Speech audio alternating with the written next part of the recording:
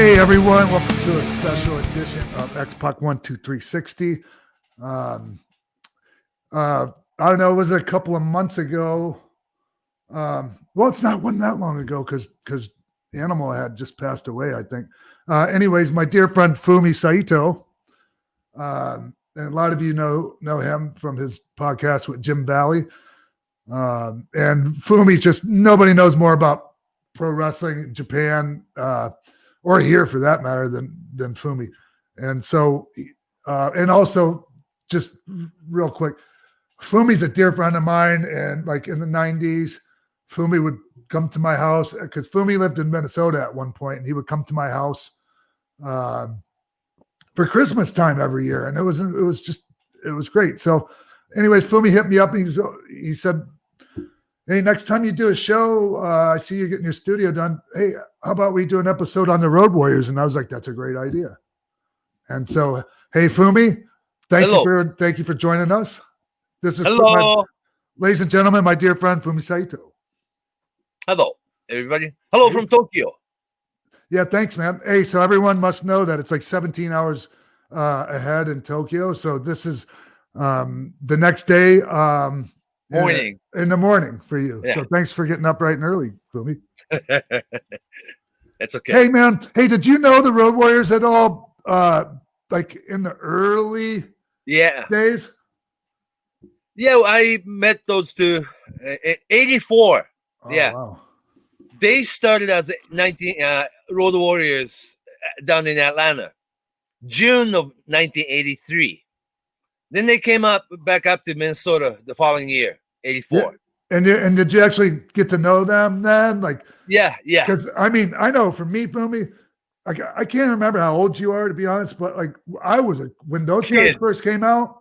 Yeah. Okay. Man, I'm like 10 years old, and one time, after they made their debut and they started blowing up on WTBS. Yeah. And it was still Georgia Championship Wrestling. Yep. They didn't call it World Championship Wrestling, I don't think yet. Not yet. And WTBS. Yeah. So anyways, Championship Wrestling from Florida, they brought in some Georgia Championship Wrestling talent for a tour of Florida. And so they were combined. And so I got to see the Road Warriors versus Buzz and Brett Sawyer at the St. Pete Bayfront Center. Okay. I was in awe. And like, okay, anyone that's not familiar with the Sawyer brothers, like I highly suggest you familiarize yourself with them. First of all, especially Buzz, because in Buzz's day, like taking away all his personal demons and all of that, they're like, as far as I'm concerned, there was nobody better in the ring than him.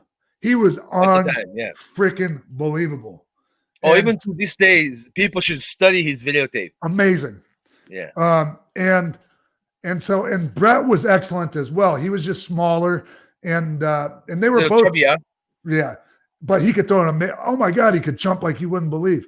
But anyway, and a great drop kick he had. Yeah, and I'm a St. Petersburg, Florida guy. That's my hometown, and it's theirs too. And you know, they were from Dixie Hollins High School. I'm from Northeast.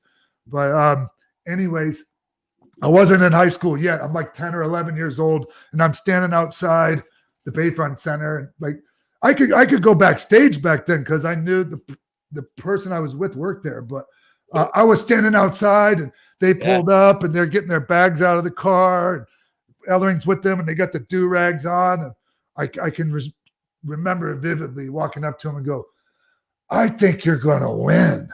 And I remember, I mean, what? I'm 10, 11. So, and of course, and it's a great time to be a wrestling fan. Amazing. You're so innocent. Yeah. And Joe was like, oh yeah, kid. It was something like that. And they walked inside, and can you imagine Mike was 26 and Joe was only 23 then. Oh, wow. Really young. Well, I mean, I remember seeing them when they first showed up on TBS. And like exactly. Yeah. And they had the Harley Davidson. Right. The gimmick wasn't complete yet. Yeah. Like right now, you see the picture. Did you see that's Joe, like when he single the Road Warrior. Yeah, he had the denim shorts and the jean jacket vest. People. And if you see the boots he was wearing these like kind of low cut black boots. It was crazy looking. But and a lot of people aren't aware of Hawk's, like his first foray into wrestling was he went to Vancouver. Yeah, Vancouver for All-Star, Al Tomko's promotion. Al Tomko, right. And Crusher he worked Von Haig. Crusher Von Haig. Yep. And he had this hooded robe and he did the claw just like Baron. Right? German gimmick. Yeah. And he didn't last long there because you starved in those days. Oh, both of them came back. Yeah. Yeah, Joe came back to Minnesota and Mike came back from Vancouver. And they were back to bouncing. Yeah, I think they went back to work at Grandma B's, right? With Eddie Sharkey. Yeah, and also Hawk. Mike was working at I believe it was Moby Dick in downtown Minneapolis. Moby's, yeah, Moby Moby Dick. Downtown.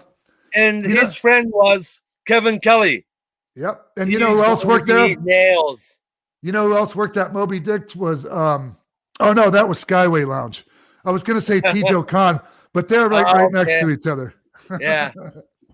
I heard Tijo Khan passed away, so he did. Yeah, just recently. You know who told me? Marvin Rubin told me. Oh, okay. For the before we already started it though, but before we really go into the history of Road Warriors, this is like today's wrestling audience. Most of them didn't see Road Warriors until they went to WWE. Today's audience. Yeah, like a lot of the Twitters, I was going through the Twitters, like who said what about the Road Warriors? Not quite Road Warriors. It's a LOD, Legion of Doom. LOD, some people's Twitter says the first wrestling match I attended was Legion of Doom and Ultimate Warriors, Warrior against the Demolitions. Oh my gosh, that's like a little bit later on to me. Oh, Demolition, Act, Smash, and Crush. Yeah. Oh yeah. Against the Legion of Doom and Ultimate Warrior, and that was their first match attended live. It's like, oh my gosh, you gotta know way before that. I mean, that was an excellent version of the Road Warriors as well. But if that's the only version they're used to, boy, did they miss out. Oh god, you have to start from Georgia Championship Wrestling and AWA run and Jim Crockett promotion run. Yeah. Then WWE and Japan run. That's Road Warrior, Joe. Single. Yeah. What was that, your cat? Yeah, but those bouncing day in Minneapolis, and also how Eddie Sharkey was, very responsible. If they were trained by Eddie Sharkey, a whole bunch of guys from Minnesota. Oh yeah, so the crew at Grandma B's, for anybody that doesn't already know, it was Rick Rude, Hawk, Animal, Barry Darso. Yeah. I think John Nord. I think Nikita Koloff even worked there at one point. Yeah. I'm pretty sure of it. Actually. John Nord is Barzarkar. Yeah. Yep. So and many of them. And I wasn't aware of this, but at first they were thinking of putting Joe and Rick Rude together at the Road Warriors. Yeah. That was Eddie Sharkey's idea. And also Hawk and Rick Rude were roommate, And actually Hawk and Rick Rude can look pretty good as a team. Little thinner, Yeah. More bodybuilder type, Joe Animal is big, Yeah. Hey, so I want to kind of go back a second because I didn't touch on this. Like Joe's first, the first time anyone saw Joe, he wrestled a little bit in the Carolinas. Yeah. And he was called Joe Lauren. Joe Lauren, the Road Warrior. Yeah, and I remember running across a match on YouTube where he worked with Jack Briscoe. I don't know if you ever seen the match. Have you? Yeah. And Jack kind of ate him up. Yeah, he didn't know what he was doing, so Jack just kind of ate him up wrestling wise, and and also like at that point, like, you know, it costs a lot of money to eat as much food as you need to keep that size on. So I remember Joe mentioned that like it was hard for him to keep a size on then. Like you know, he wasn't eating much. So he looked a little bit smaller there, a little bit more, you know. Yeah. Then, And also such a rookie, you know. yeah.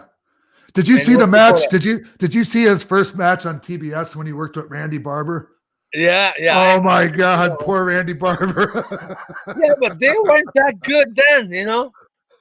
They got really good fairly quick too. I guess Yeah, really quick. when you're working main events with some of the tag teams those guys ended up in the ring with, like you're going to end up really good pretty quick if you have an aptitude for this. Yeah, and they're fast. Yeah. But another magic was that they met Paul Ellering. That's like the greatest thing that happened to them. I think. Because at the time they were like a second-year rookie. You know, Yeah. the promoter, the older promoter, or the booker Bud Sawyer or somebody, they are going to fool you. You know, but the Paul Ellering told them not to do the job. You know, to be the. I mean, you gotta. Now that we, you know, most of the fans will openly discuss the booking, winning, losing, and like assuming everybody's smart, you know what I'm saying? Right. But you still don't understand the basic of this business. You still have to win. Yeah.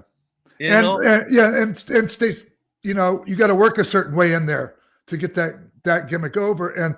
And I remember seeing a couple of their first TBS matches, and some guys took advantage of them. Yeah. Like I remember seeing like Tim Horner trying to get out, like rest. Like it wasn't what it was just the wrong thing for them at the time. Right.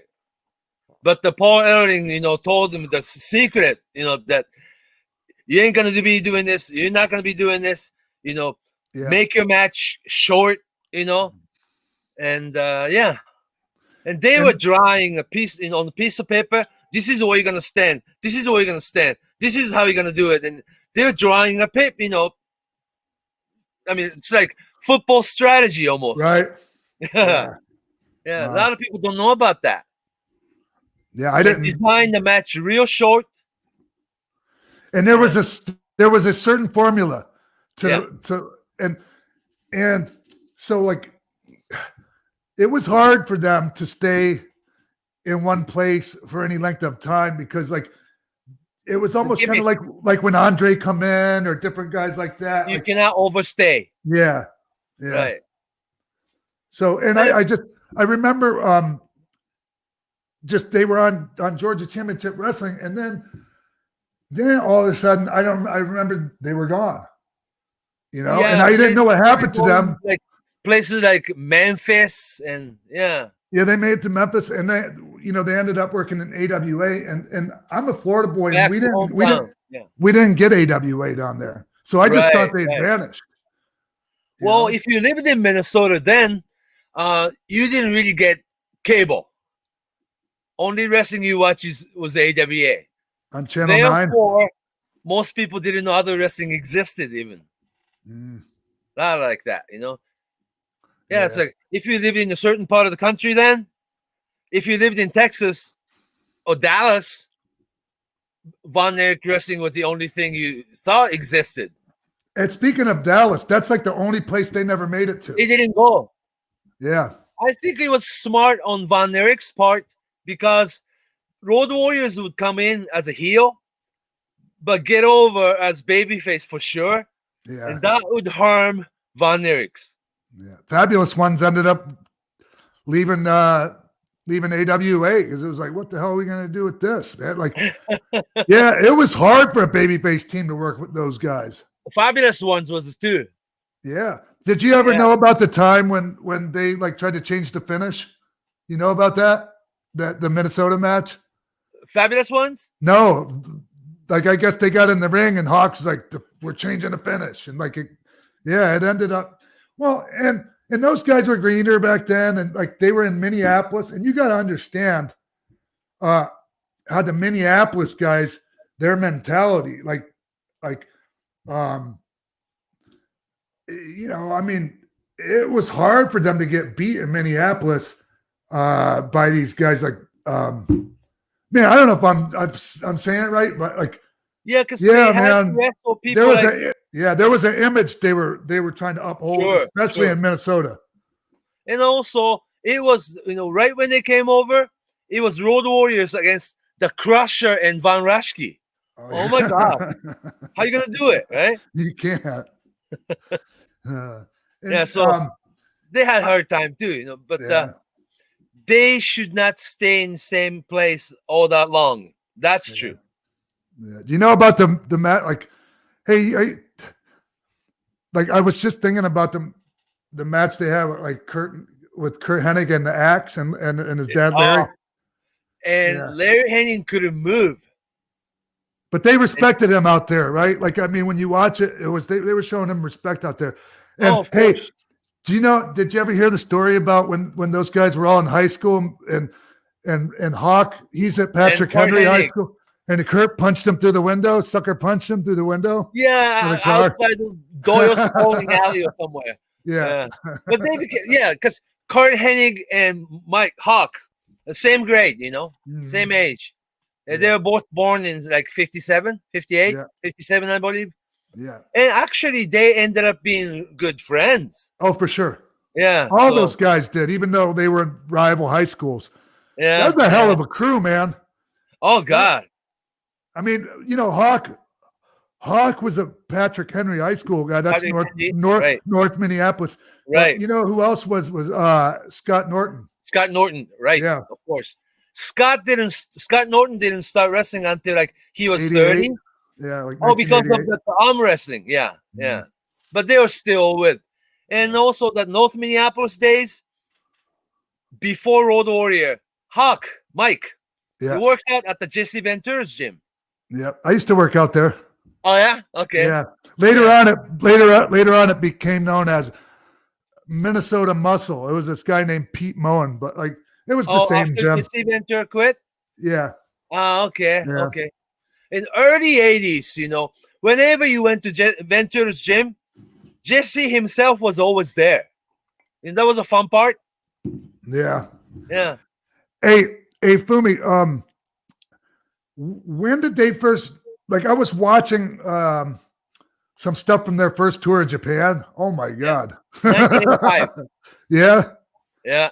Hey, and you know what else I just saw was, did you ever see the vignette they did before they came in where like they were pushing the limo and they pulled the guy out of the limo and it was telling people that they grew up in Chicago and ate mice, and then eating garbage to growing up and all that. It was so bad, actually. Yeah, but at the time in 1985, it was great. Yeah. Yeah. Oof. Man, it didn't age well for me. It was almost against Giant Baba's style of booking, But he knew they were stars, new kind of stars. Wow. They had to bring in Road Warriors as it is. Yeah. And it was almost a mistake to have them wrestle people like Jumbo Tsuruya and Tenryu, like big veterans, right? Yeah. Who did I see? I saw those guys work with Jumbo and Tenta. Tenryu. Yeah. And John Tenta in a tag match. John Tenta I think it was a lot easier to do things with. But another team, see, Jumbo and Tenryu, their tag team need to be protected. Mm-hmm. Therefore, the style of clash, Sure. Don't you think? Because and also it was funny watching them sell for Giant Baba. I was watching them versus Giant Baba and Fuchi. Yeah. Fuchi, yeah. So it was like all new, But then again, you cannot do this 3 minutes squash Road Warrior match forever.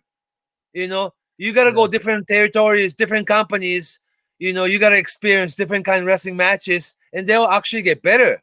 Yeah. See, having those 3 minutes squash match is very, very one-dimensional, huh? Oh, for sure. Yeah. So to be able to, for Road Warriors to become bigger star, you got to go different places and have different opponents and have different kind of good matches. Yeah. But and also like Hey man, I just remember when I worked with those guys, like I always thought like people weren't working with them right, even though like later on, they weren't the same tag team. But if you worked with them the same, the people still got with it. Like there was, and I guess what I'm getting at is like when you're that like indestructible, you have to come up with creative ways of stopping yourself out there for the other team to be able to get heat on you, right? Like, so, and I thought they got good at that, man. Yeah. No, because seasoned, the initial Road Warriors was 2-minute, 3-minute squash, fine. But you will be, doing other things, Yeah. Yeah. That's why when they first came out, like in mid 80s into late 80s, they were saying that team's not going to be around that long. Yeah, who's they? Oh, even wrestlers. Oh, sure. I guarantee you the wrestlers were. Yeah, they can't do the gimmick forever, and also people get sick of it. All these things like theories. Yeah. But they had to change. They evolved too, Yeah. These are the things that I want today's fan that we like to share with, because when they, most of the fans today, when they start the childhood memories like a Monday Night War, you're in it. Yeah. And like I said, first Road Warrior Legion of Doom match they remember was that the Demolition, the Ultimate Warrior, and all these things. So you got if you want to know anything about Road Warriors, just like we did, you got to go back to where they came, really came from. Yeah, they was so new. I remember vividly when like it was Paul Ellering's stable was called Legion of Doom, and he had Jake Legion the Snake and young Jake Snake, King Kong Bundy, and like remember when Bundy turned on him? Anyways, even Arn Anderson and Matt Bourne. Oh yeah, that's why they got the national tag team titles. Yeah. I just remember all of a sudden one day there's the Road Warriors and they're the national tag team champions, and like I was like, I don't remember them winning those.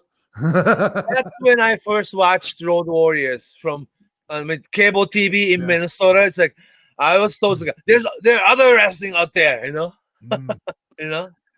Fumi, and I'm jumping around a little bit. That's kind of how my brain works, but let's talk about the deal they made with Baba.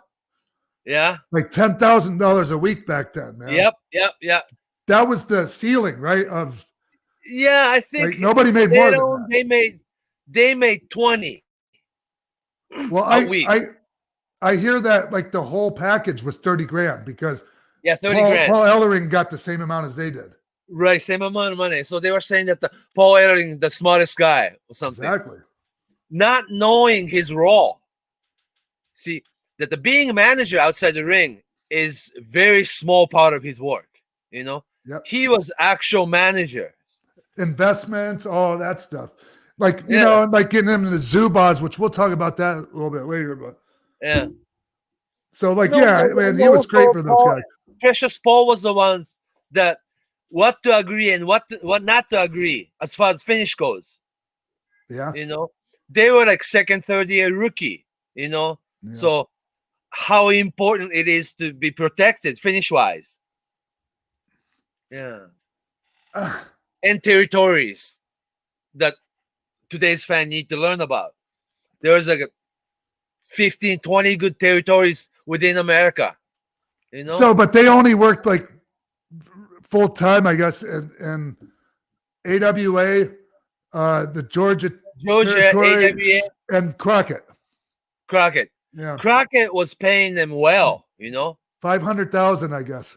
Yeah, so that's a lot of money for NWA Crockett. Yep, those guys were getting $5, and Paul was getting either $250 or like $275, something like that. Still a lot of money then. Oh yeah, in the 80s. Yeah. Oh yeah. And also, that Road Warriors wanted to have deal separate in Japan, outside of Crockett or outside of anything else. Yeah. And Vern Gagne couldn't pay them, so they had to be freelancer. Yeah, and Do you remember their match with the Freebirds outside at the stadium? For Was AWA? that Wrestle Rock? I think it was a Wrestle Rock. Wrestle Rock, something like that. Like I was watching it, but like it never said whether it was Wrestle Rock or it was a pretty good match. I wasn't a fan of the commentary. But it was they came out with the Confederate flag painted on their face and deals and not politically correct today, but but like at the time, like nobody, it wasn't nobody even thought twice about it back then. Right. I know, and also they're from South. Exactly. Obviously, and being Minnesota and coming from South, that will make you heel right away. It was so I was surprised when they lost the match. Yeah. But they're, I'm sure that the Freebirds felt they're in Road Warriors turf. Yeah. Yeah, but the Freebirds went over. There was like a fuck finish. Wait a minute. Was it like that? Yeah. That was around the time then that Road Warriors was leaving then. Yeah, but see, like it confused me, Fumi, because I remember them having a match and dropping the titles to Steve Regal and Jimmy Garvin. Jimmy Garvin? Yeah. I think it wasn't a clean finish though. No, neither one of them were. Yeah. Right. But they had to get the titles off them. Right. Interference, referee looking the other way, couple things happens, then so it was okay with them, I think. And sometimes it's really hard for Road Warriors to have the championship belt because eventually you have to drop it. Yeah. How you gonna do it? How you gonna get out of it? So didn't they lose the titles in Japan on a DQ once? DQ, right. Ooh, right. How did that go over? Yeah. So I think they didn't really have the Jumbo Tenru program right.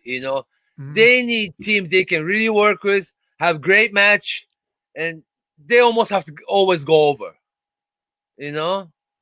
So they kind of backed themselves into a corner putting the titles on them, right?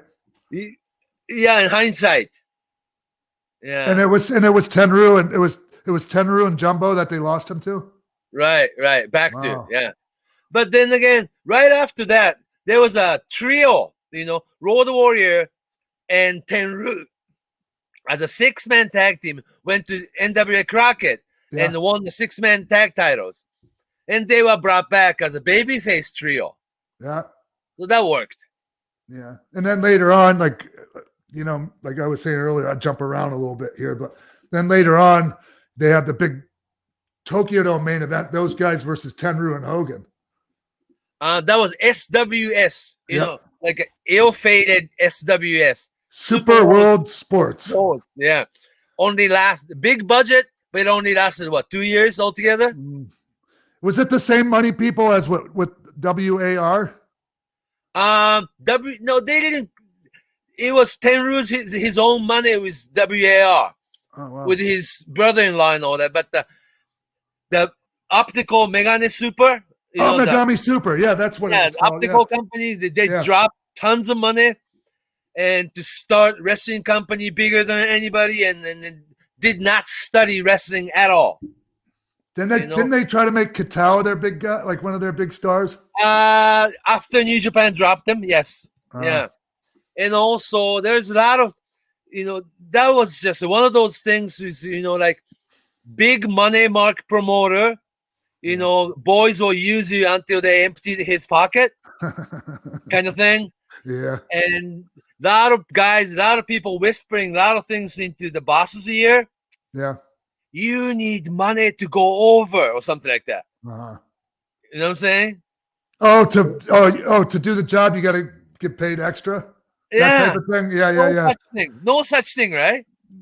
Yeah. Like bring in Hulk Hogan, bringing in all the WWE crew, Tokyo Dome show, Tenru against Hulk Hogan. You need X amount of money to win Hulk Hogan, all these things. I think transaction happened. And at the end of the night, Hogan won. you know. Yeah. And a lot of things went wrong. What could go wrong went wrong, with that company. Yeah, only I don't lasted know. 2 years. I don't know how I know how we got off on that subject. I brought us there. Sorry, let's get back on the But it's Road okay, the Warriors. Road Warriors. So Yeah. Road Warriors worked all Japan. Then Road Warriors as Legion of Doom worked SWS. Then they were back in WWE as Legion of Doom until that Wembley Stadium. For SummerSlam? Yeah. Yeah. That was the day Mike quit. Well, I mean, that was a crazy, yeah. I mean, I've heard him tell the story. I've heard other people tell the story. Like he ate a bunch of Placidills before he went to the ring. And they kicked in as he's riding a motorcycle to the ring, right? Yeah, that's true story. And then what happened? Well, the match was a mess, right? I mean, they had to work around it. I mean, they made it through. Yeah. I mean, everyone go back and watch it. But yeah, one other thing we need to point out here, though, is that I don't think Legion of Doom in WWF before WWE, okay, the first run, I don't think it was a very happy time for them. You know what I'm saying? Well, I mean, just the Rocco the puppet thing was enough to yeah, come on. But see, Vince McMahon and the company wanted to sign Road Warriors for a long time. They didn't, right? Yeah. So they went ahead and created Demolition. Yep.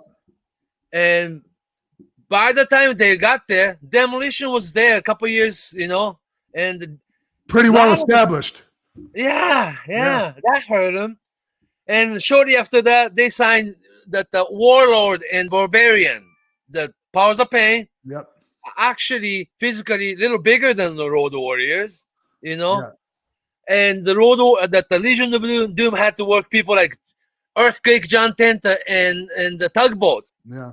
They were actually bigger than Road Warriors. So they just became another team. Yeah.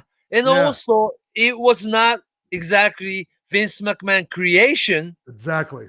They were started elsewhere. Therefore,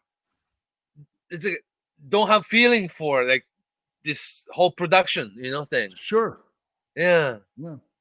I mean, it's not an exact comparison, but it's like when Sting came to work and, he didn't get the treatment a lot of people hoped he would have gotten, but he wasn't their guy, and I knew it was never going to happen. Right. Same thing. You've seen it, more WCW guy come into WWE, environment. Yeah. You will be forever outsider, huh? Oh yeah. Yeah. So that's like what happened with Legion of Doom. See, they weren't even Road Warriors. Those two had the intellectual property rights. Yeah. They registered the name. They had the Road Warriors right. Therefore, they had to change name to Legion of Doom. It wasn't a happy time at all. I don't think. And also, they had Ultimate Warrior, so that was another already. excuse. Yeah. Well, they didn't want another Ultimate Warrior. Warrior was always above Legion of Doom. Yeah. So. Yeah, but they were still I say they were just another tag team there, but it's not quite. I mean, they were still special. They were still very special. the freaking Road Warriors. Yeah, and they still got the Road Warrior pop when they came out. And they had great matches. Their style evolved, and they were excellent performers in there, in my opinion. Sure, still is. Yeah. But like you said, they became one of the bunch of teams. Yeah. Hey, so we're talking about their WWE run already, but I'm not sure if it was Paul Ellering that hooked him up with this guy Bob Truax, and they had, they went into business together as Zubaz, and that was huge, man. Just want and they had the gym. And the gym, and I used to go there all the time too. Jim Younger's the gym. I used to tell my wife, "Hey, I'm going to the gym," and I would be going to the gym, but we go right upstairs to the apartment up there and do whatever, That was a happy time. Yeah. Yeah, it was great. I loved it.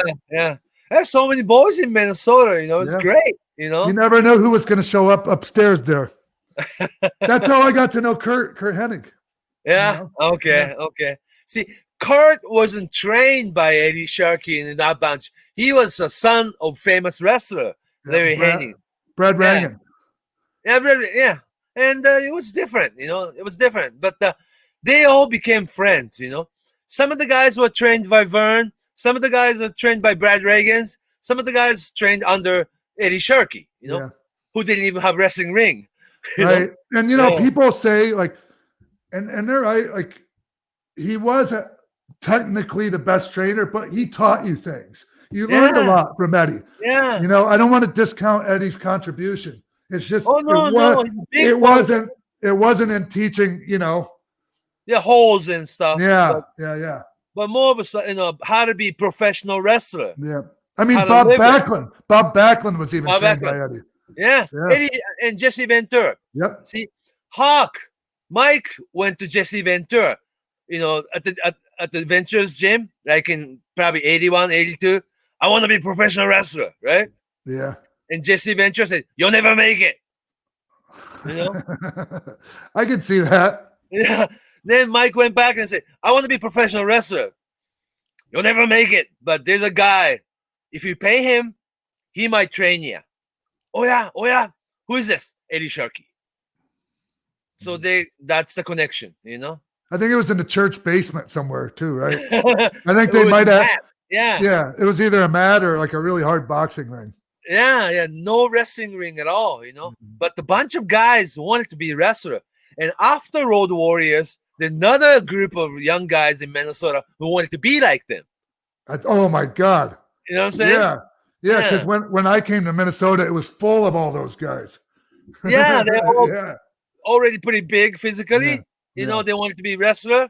And some of them made it, some of them didn't, Man, a lot of them assumed they were going to make it because they might have had a similar look or whatever, and they just thought, like, some of them had a little bit of a sense of entitlement. To be honest with you, it's hard to talk about it now, but in 80s into let's say 80s, everybody juiced, Yeah, everyone. Yeah. So they were like bulked up. They're all big, Sure. Even the guys that didn't look like they were doing it. Oh, yeah. Of course. Yeah. I've done my share of it. I've done plenty of it. It just, it didn't take a lot of it, Yeah, but so many of them wanted to be wrestler, Mm-hmm. And all-star wrestling was always very popular up in Minnesota. Yeah. Yeah. So traditional, Yeah. But it's good. Hey, so I was talking about Zubaz a little bit ago, right? And man, those things were so big in Japan, Fumi. Oh my God. I don't have to tell you. Fans were wearing it. Oh. Yeah. I was wearing it too. Yep. Yeah, the Zubaz pants and cut off sweat and a mullet. People were paying $100 a pair for those Zubaz in Japan. You know why? Because they didn't have actual license dealer. The wrestlers, coming to Japan, they brought boxes and boxes of Zubaz. Actually, but here's the thing. And you remember, I was at Universal Pro at the time, right? Yeah. I didn't have the Zubaz. I had the knockoff Zubaz. Right. Look exactly like Zubaz. Yeah. Bad. Yeah, but I made a lot of money selling them. Like, was it like a Mexican made? No, the lady that made my outfit, Want to See Kid? Yeah, my singlet, my Lightning Kid stuff. Lightning Kid stuff, yeah. Her name was Gail Andruski, and she made those knockoff Zubaz pants, and like zebras and tigers and snakes. Yeah, and she also made Taz's singlets for him. Oh, okay, that's good. But then Japanese, the brand or whatever, they started making knockoffs too. Oh yeah, they were so easy, like so big. They went away, but it was so big. Maybe 5-year period, maybe. Yeah, when they talk about 80s and early 90s look, Zubaz, the fanny waist pouch, Yes. Gold, Mullet? gold, yeah, gold nugget jewelry and snakeskin boots. We all With- did that. Yes, One time snakeskin boots with the Zubaz. That's bad. Oh, That's it was. awful. You could see Joe and Mike used to do it a lot. Yeah, of course, of course. I still have some. I have a pair somewhere. Somebody Yeah. sent me a pair recently, so like Yeah, they kind of making a little comeback. yeah, yeah. And also, they signed with like NFL teams. Yep. Later on, it was the Road Warrior investment. Because they were making so much money when they were 28. Yeah. So they invested their money to the gym. They invested their money to the Zubaz company and licensing it. And they were doing more, what do you call it? It's like a supplement thing. Yeah, they were into that. Like an endorsement? Yeah. Supplement, but it's not a vitamin. It was something that powder to put in the orange juice and drink it. Was it something like multi-level marketing thing? Don't. It's like, I hate to say pyramid. Yeah, exactly. Something like that. Yeah. Yeah, man. Pyramid sounds horrible, But that's right. It was Joe. Joe had it was called Quorum, and it was these personal alarms. Oh, yeah, a little bit. That's later on, though. Later on. Yeah, because he was one of the first people with Kurt Hennig that they took Lloyd's of London's. Yes. The guy's name was Terry Pelletier, and he sold, I think every Lloyd's of London policy he sold cashed in. I think every single one. Yeah, but they don't do that with wrestlers anymore. No, but like Kurt got him 3 times. Yeah. While he was injured. Yeah. Inside the line. Yeah, because before he was going to get his big balloon payment, Vince asked him to come back. Right. One Survivor Series. And so Kurt tells Lloyd's of London, "Hey, you don't have to pay me my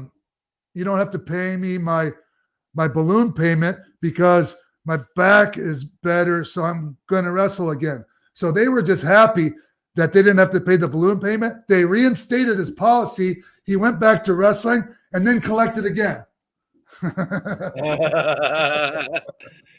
So many people used it, though. Oh yeah. Yeah. But it was the time that, Kurt Hennig did it. Animal did it. Yeah, most people, a lot of people did. DiBiase. Nikita. Yeah. Oh, so many. Well, I'm not saying it was a bad thing, but something that happened. Yep. During that certain period of time. But back to Road Warriors. Yes. Legion of Doom after Wembley Stadium, Mike wanted to quit. Yeah. And he packed up, didn't honor his schedule, Then he just took, bought his own plane ticket, went back to Minnesota, There was a TV taping they had to do. He didn't come. Yeah, he got lost in London for like quite a while before he made it back to the States. Oh, is that right? Oh yeah, like he told me all about it actually. Yeah. Okay. Yeah. Then actually the company at the time was gonna continue with LOD, make Crush Brian Adams a second member of LOD. Yeah. They tried a few matches, right? Yeah. And Joe Animal wanted to bring in his younger brother, Mark Terminator. Yeah. Yeah. And that didn't happen either, And then he had that broken tailbone. Joe. Yeah. Yeah. So that's where Lloyd's of London come in, Yeah. And in the meantime, today's American wrestling fans don't know a whole lot about Hellraisers. Yeah. So okay, Fumi, you probably are going to remember this after I bring it up. Well, I'm sure you will. Like, go ahead. I promoted their debut of the Hellraisers at Roper's Bar in Fidley. Winter of '93. Yeah. Didn't you come there with Masa? No, I was gonna, but I had Kathy as a photographer. Uh-huh. And a couple more photographers there. And TV Asahi came and videotaped the whole Yep. thing. Yeah. And that was the night you turned heel too. Me? Yeah. I just read no. They were they were doing the Hellraisers debut that night, and so Kensuke Sasaki. and Masa and Brad said they might as well work the show. So I booked it. Yeah. I booked it. Masa and Brad versus me and Jerry Lynn. Oh, okay. I got it. All right. You turned heel after that then. Yeah. I think so. Yeah. Yeah. Yeah. Masa and Brad Reagans against you and Jerry Lynn? Yep. That sounds pretty good. It was pretty good. Yeah. Yeah. Yeah. That sounds pretty good. Yeah. Oh, okay. Yeah. They videotaped the whole thing. You know, the Winterland of Minnesota. You know, Kensuke Sasaki from Japan, Road Warrior Hawk. They're gonna meet and unite. It was a real big thing, and they didn't have the team name Hellraisers just yet.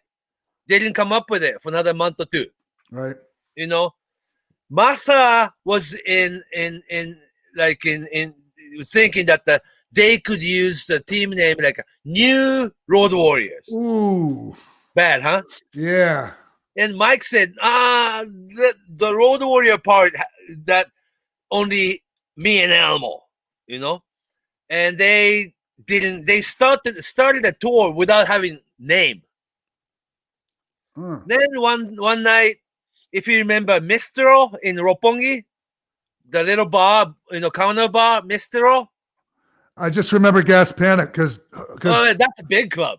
Yeah, because and Reggie Bennett worked there, and also Hattori, myself, and Hawk got in a fight there. Yeah, and Hattori was carried out of there over Hawk's shoulders because he was so drunk. Okay, that's pretty good. A lot of people were. Yeah. Anyhow, this one, like a hole in the wall, small, just only counter bar. Yeah. They were playing the music, Ozzy Osbourne CD, that came out the year before that or something. Then he heard the song Hellraiser. And Mike asked the bartender, what song is that is that the Ozzy Osbourne? No, he thought it was Black Sabbath. But it was the Ozzy Osbourne solo. Yeah. If you remember the original Road Warrior entrance music, Iron Man, yeah, of course, by Black Sabbath. Yeah, iconic. Yeah, so now that Mike was looking at this as a very new beginning of the new chapter of his career and wanted to use this Ozzy Osbourne music grow out of Black Sabbath music, right? Yeah. So they came up with Hellraisers. All right. It was inspirational almost. Yeah. So, hey, Fumi. So after that match in Minnesota where I worked with Masa and Brad, Masa, that's why Masa booked me for Super Junior heavyweight. Yeah. In New Japan. And so my tour there, my Super Junior tournament, that was one of the first times that Hellraisers were together. And they worked They worked Budokan with who was it they called Jurassic Powers? Scott Hercules and Hercules. Yeah. Yeah. They needed big opponents. Or no, wasn't it Meng? Wasn't Meng in there or something? Not yet. Okay. Yeah, Jurassic Powers was Scott Norton and Hercules Hernandez. Wow. Yeah, those guys were the Hellraisers in their own right were incredibly over. Yeah, I think so. Yeah, they were great. I'm afraid that some of the today's fans, probably because of the what's the name of the documentary that everybody watches? You talking about the Dark Side of the Ring? Yeah.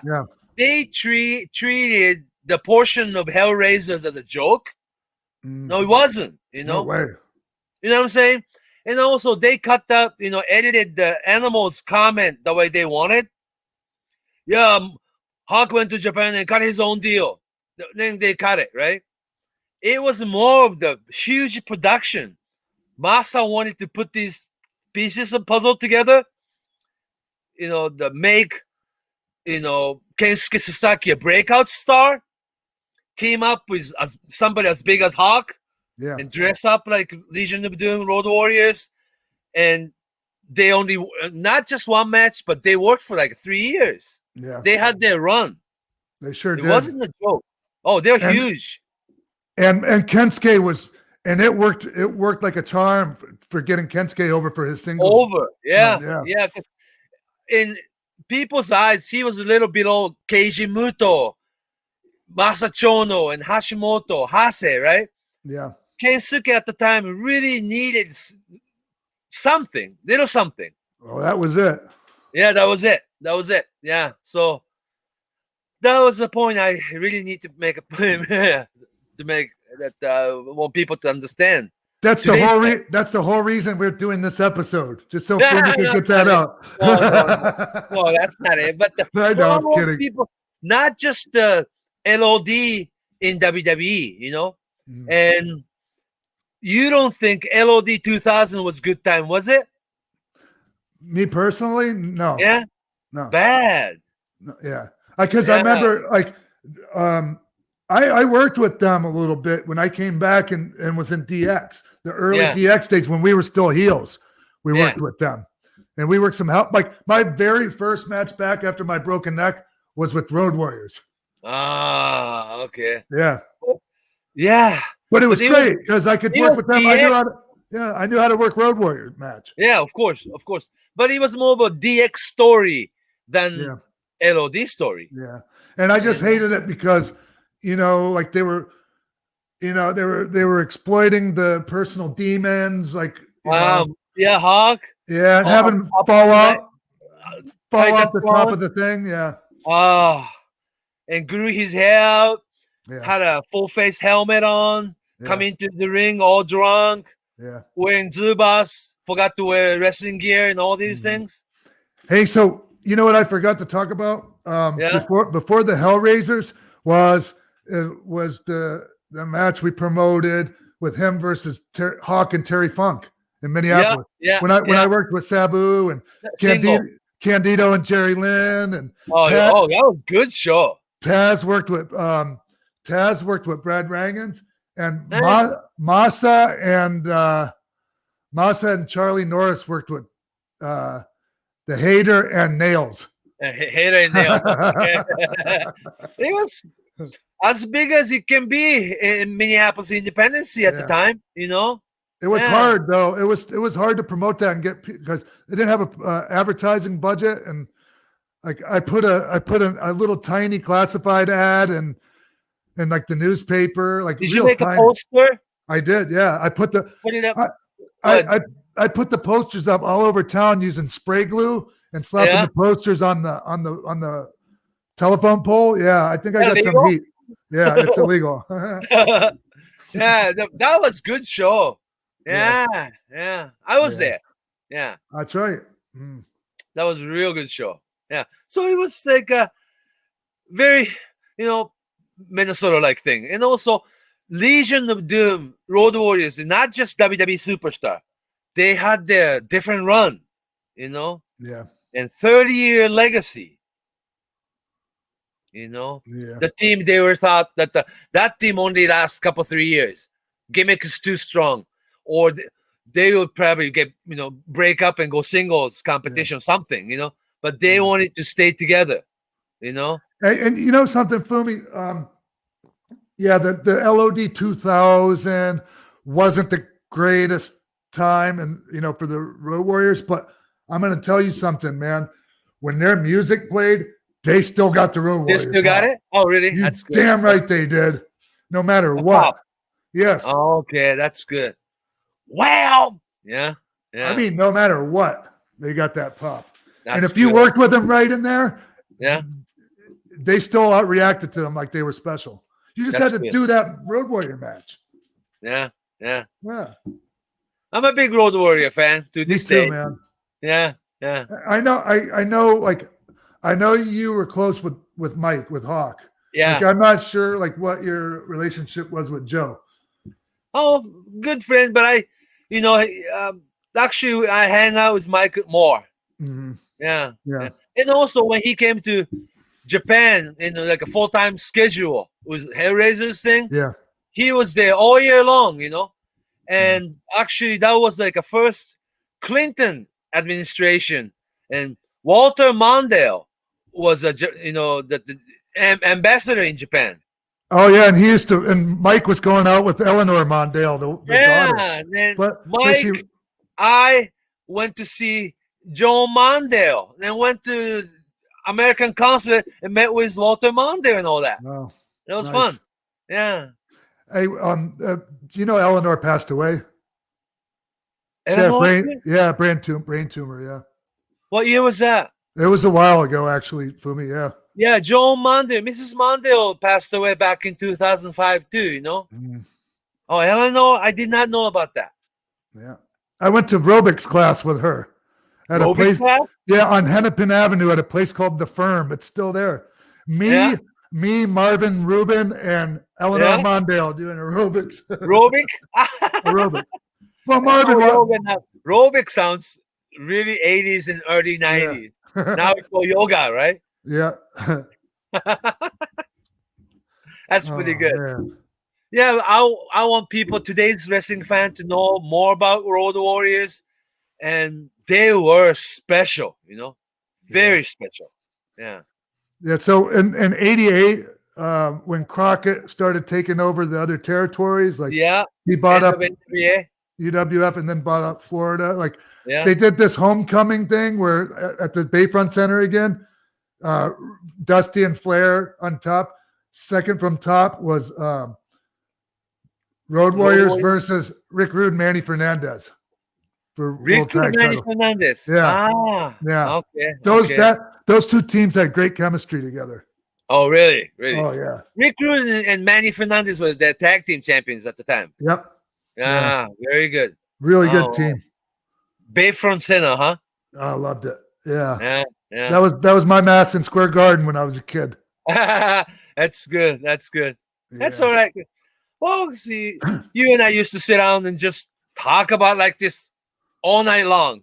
Yep. You know? So yeah, without recording anything, just you and me just yeah. shooting the shit. Then let's touch upon one last thing that when Mike passed away, it was that the day they moved, you know, from Indian Rocks Beach to Clearwater, Reddington Shore. Reddington Shores. Oh, just right up. Yeah, that's like a mile from each other. Yeah, so they moved to new house. And they start opening the boxes. Yeah. And Mike, Hawk thought it was, he was getting tired. Okay, I'm gonna take a nap. Wake me up in an hour or so. Then went to bedroom. Then passed away. Yeah, it was 2003. Then 3 months ago, Joe and then wife Kim had a 10-year anniversary, like honeymoon, at the Ozark Lake in Missouri. Yeah. See, Animal moved to St. Louis when James was playing for Rams. Yep. Yeah, and then they had 10-year anniversary. And then had a second honeymoon. Had a dinner, came back to hotel. Animal said, I'm tired, so I'm going to take a nap. Wake me up in a couple hours. Wow. And then he passed away. Wow. So both times, their wife was there. And they both passed away, most likely in their sleep. Yeah. Hey, man, honestly, Fumi. Yeah. I hope I go out that way. Like, that's not a bad way to go, man. You're I mean, way too early, though. I miss those guys. I know. I miss those guys. You know something? So much is always said about Hawk, and you never heard as much about Joe. Joe was a wonderful human being too. Yeah. Hawk was just so like this, man. He was the nicest guy, though. Yeah. Nicest guy, though. Really. I'm not saying Animal wasn't. Animal was more private, you know? Yeah. And Animal tried to. Yeah. Hawk was the more free spirit, and Animal, I think, tried to rein him in a little bit, right? And it's a pretty similar scenario with a lot of teams, I think.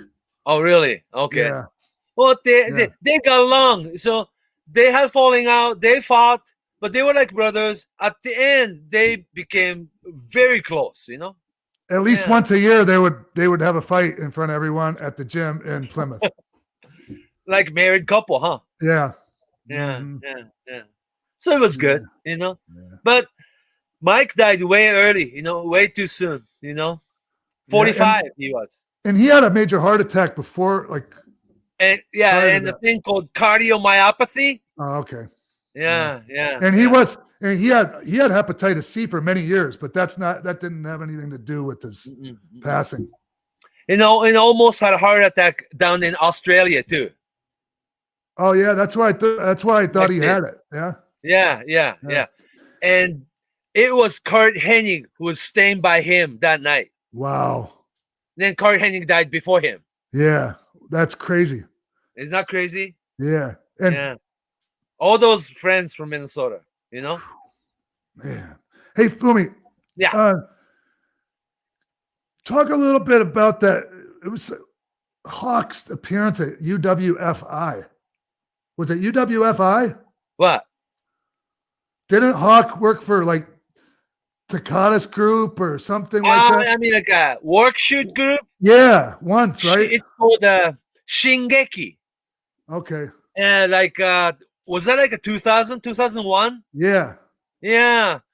It was right when this, MMA, well, probably didn't have the name MMA at the time, huh? It was still called No Holds Barred, I think. Yeah. Or professional martial arts or something like that. Yeah.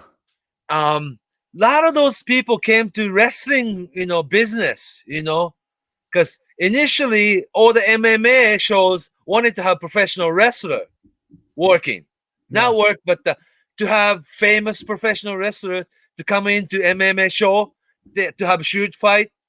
The bad thing was though, a lot of times the wrestlers lost, huh? Always Bam Bam Bigelow and Chemo, like bad.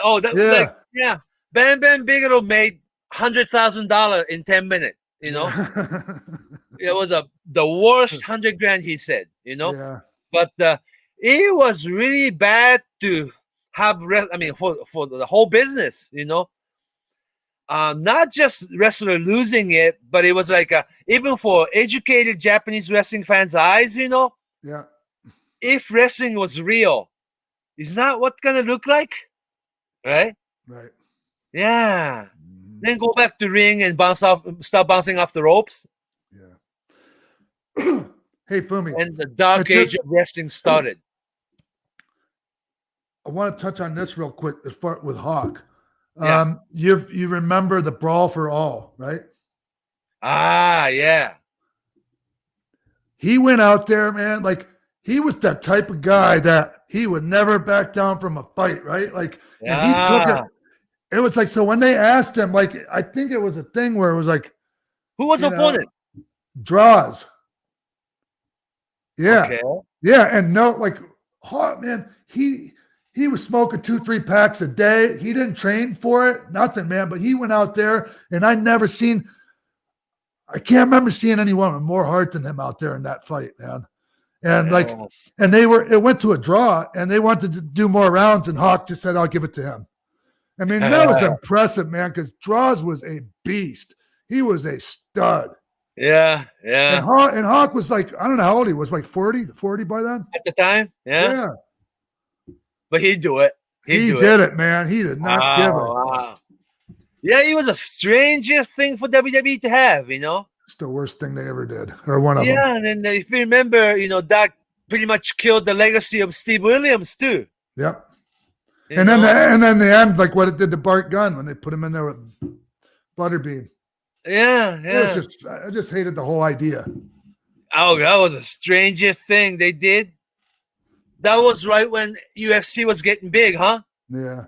And then they would change the rules as they went. Like, it was just. Yeah, because they didn't know what was fair. Yeah. Anyways, this is a Road Warrior episode, not Brawl for All. It just, it just stood out in my mind, Fumi, because, you were there. Yeah, the heart. That guy had some heart. Yeah. Biggest heart in the world, man. Well, he was the type of guy who had an old lady go across the street and he holds her hand and walk her to the other side of the street. Seriously. Yeah. Hey, so Fumi. Yeah. Hey, real quick. The bachelor party story. Your bachelor party. Yes.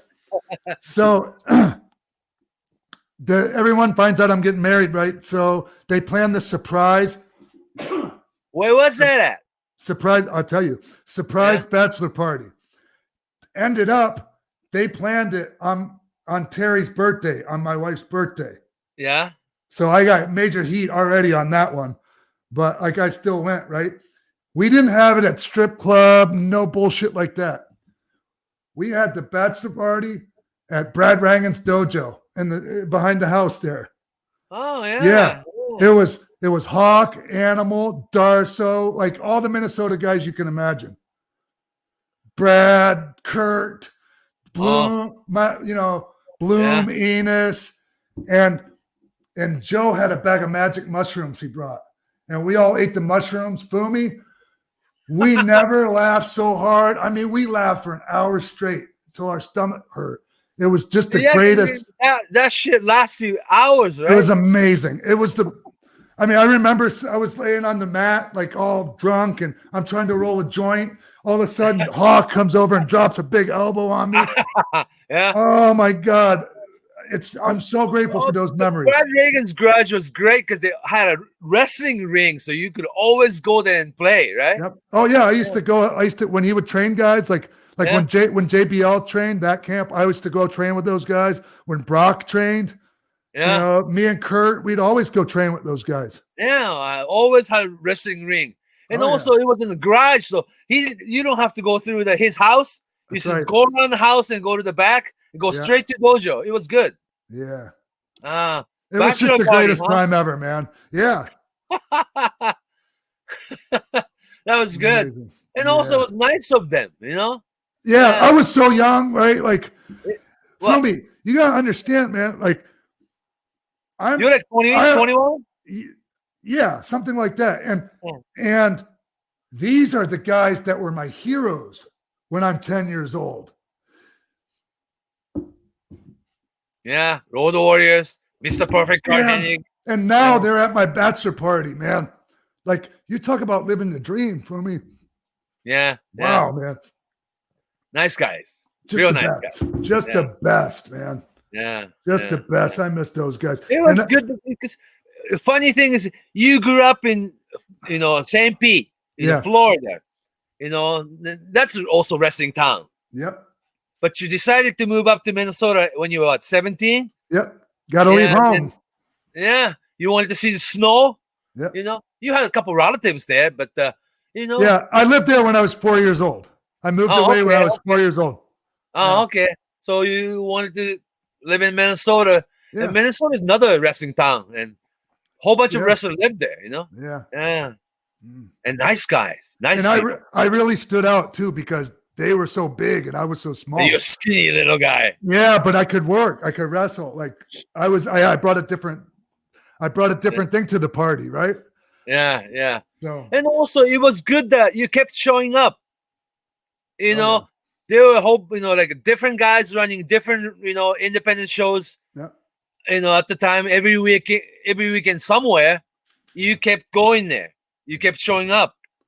But once again, I ended up making this about me when this is a Road Warrior episode. Yeah. We have to touch upon this Minnesota friendship, Yeah. Yeah, Fumi. They're good. And also, they were around the same age group, Yeah. Yeah, Road Warriors, Durso,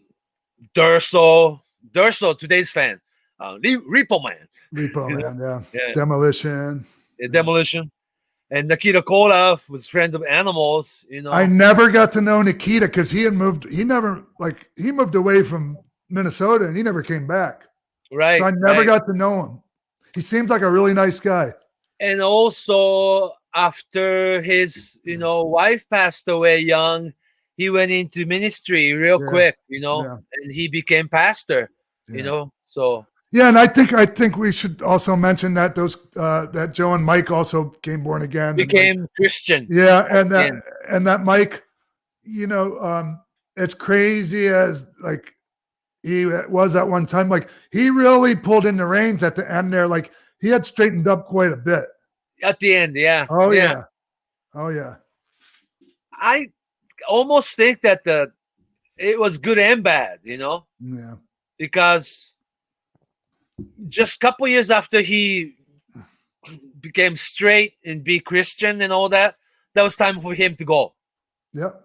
You know what I'm saying? Yeah. Oh, absolutely. Yeah. So it's like I he think- could have partied longer and lived longer. I don't know. Yeah, but like that's like when you're in that condition and you die that way, that's the last thing people remember of you, and they don't get to remember Hawk that way because he came up out of it. He came up out of it before he passed. Yeah. Then he was telling me all those years that he was gonna go up in Bemidji, Minnesota, and live in the woods or something, and ended up moving to Florida instead. Yeah. Yeah. Remember, he was saying that he has a cabin up north in North Minneapolis, northern Minnesota, like 200 miles north. Yeah, up near Bemidji. Yeah, I used to live up and do the ice fishing all winter. Yep. That's how he wanted to live when he retired. But he ended up going to Florida. And to talk about Joe real quick before we pass. The last time I saw Joe, you were mentioning that he moved to St. Louis. He kind of was like the figurehead commissioner of a local promotion around there. Oh, really? Yeah. And so like one of my last matches I ever had a couple of years ago was myself and Scott Norton. Was it me, Scott Norton, and Bagwell doing the NWO reunion versus 3 guys, and Joe was there as the commissioner. And I'm not gonna get in. I'm not gonna get into like the match or whatever, but it was good to see Scott and Joe. Yeah. One last time. Animal kept coming back to Japan after he semi-retired just to do the autograph and photos. Yeah. Yeah. Always brought the gear. Mm-hmm. The Road Warrior head, this shoulder pad.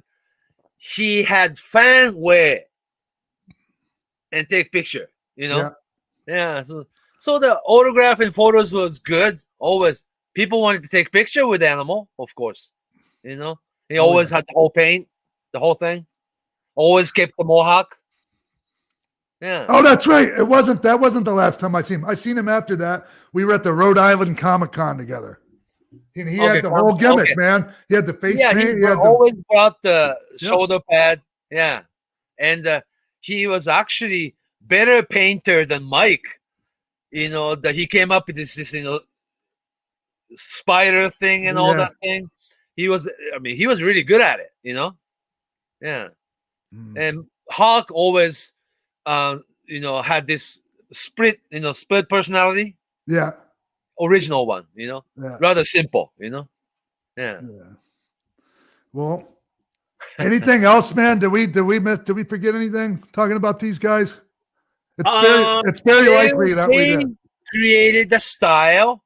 They were the trendsetters, and also they had this whole generation of guys wanted to be like them. Yeah.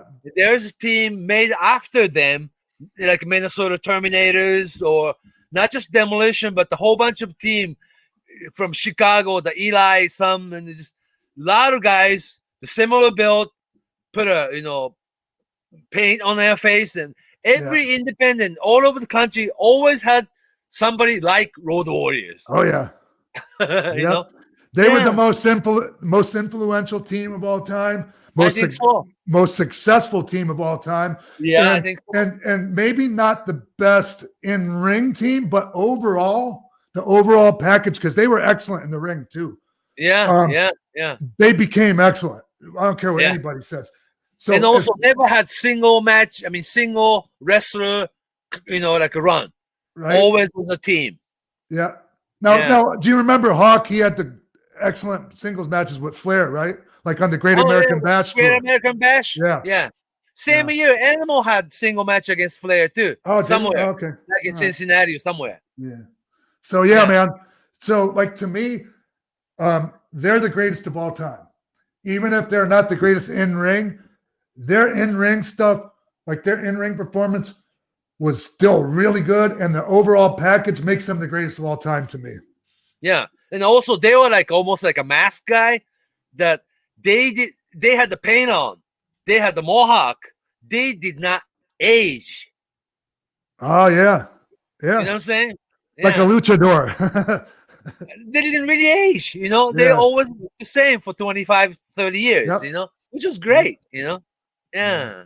Yeah. A lot of things could be said about them, you know. Yeah. Yeah. And I hope people will be watching their old tapes, you know, 10 years, 20 years from now, you know, to study, or just like your, you know, 80s rock, 90s rock music, you know, Oh yeah. that kind of thing. They become standard, you know. I really hope so, you know. Oh yeah, they will. Hey Fumi, Yeah. Yeah. thank you for doing this with me, man. Oh no, I was so happy that you wanted to do this. Oh yeah. Yeah. So not only do we get to put this out for the people, but I get to have a conversation with one of my dearest friends from years and years ago. Yeah. It's about 30 years now. It's been a long time, man. I can't believe it, man. It went. Sometimes it seems like a long time, and sometimes it seems like it went just like that.